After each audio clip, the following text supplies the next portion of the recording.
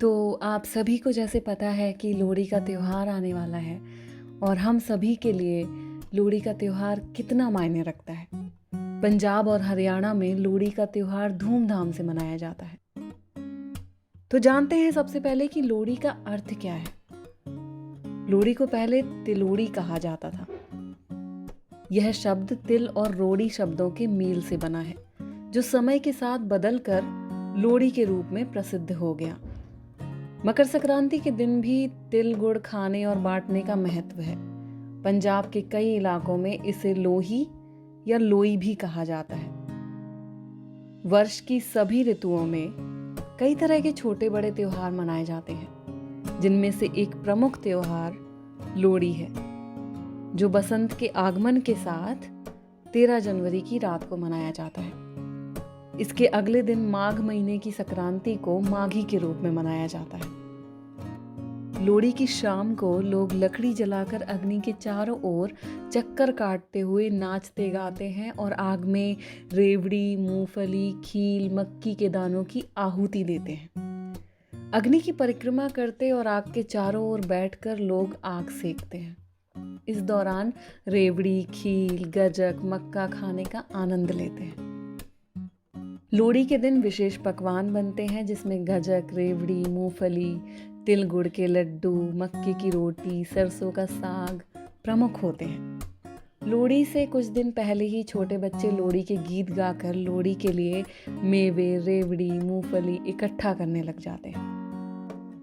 पंजाबियों के लिए लोहड़ी उत्सव खास महत्व रखता है। जिस घर में नई शादी हुई हो या बच्चा हुआ हो, उन्हें विशेष तौर पर बधाई दी जाती है। घर में नई बहू या बच्चे की पहली लोहड़ी बहुत विशेष होती है। इस दिन बड़े प्रेम से बहन और बेटियों को घर में बुलाया जाता है। तो कहा जाता है कि संत कबीर की पत्नी लोई की याद में यह पर्व मनाया जाता है। यह भी मान्यता है कि सुंदरी एवं मुंदरी नाम की लड़कियों को राजा से बचाकर एक दूल्हा भट्टी नामक डाकू ने किसी अच्छे लड़कों से उनकी शादी करवा दी थी। बैसाखी त्योहार की तरह लोहड़ी का संबंध भी पंजाब के गांव, फसल और मौसम से है। इस दिन से मूली और गन्ने की फसल बोई जाती है। इससे पहले रबी की फसल काट कर घर में रख ली जाती है। खेतों में सरसों के फूल लहराते दिखाई देते हैं।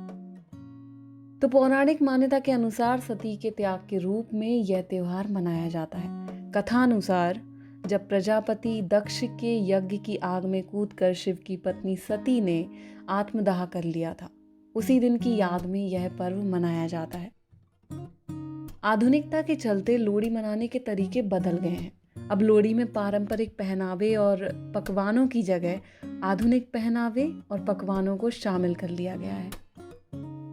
तो अगर हम बात करें अब ईरान की, तो ईरान में भी नए वर्ष का त्योहार इसी तरह मनाते हैं।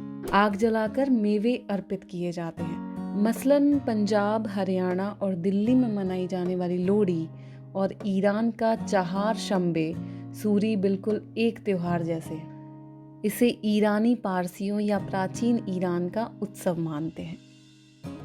तो ये थी लोहड़ी की कहानी, और लोहड़ी 2 दिन बाद आने ही वाली है और सभी लोहड़ी का बेसब्री से इंतज़ार कर रहे होंगे। तो मेरी तरफ से और हमारे चैनल की तरफ से आपको लोहड़ी की बहुत बहुत बधाइयाँ। और इस लोहड़ी पर हम सभी मिलकर प्रार्थना करेंगे कि आगे आने वाला साल बहुत अच्छा हो और हमारे लिए ढेर सारी खुशियाँ लेकर आए। तो happy Lohri to all of you. मिलेंगे अब अगली किसी कहानी में। तब तक के लिए अलविदा।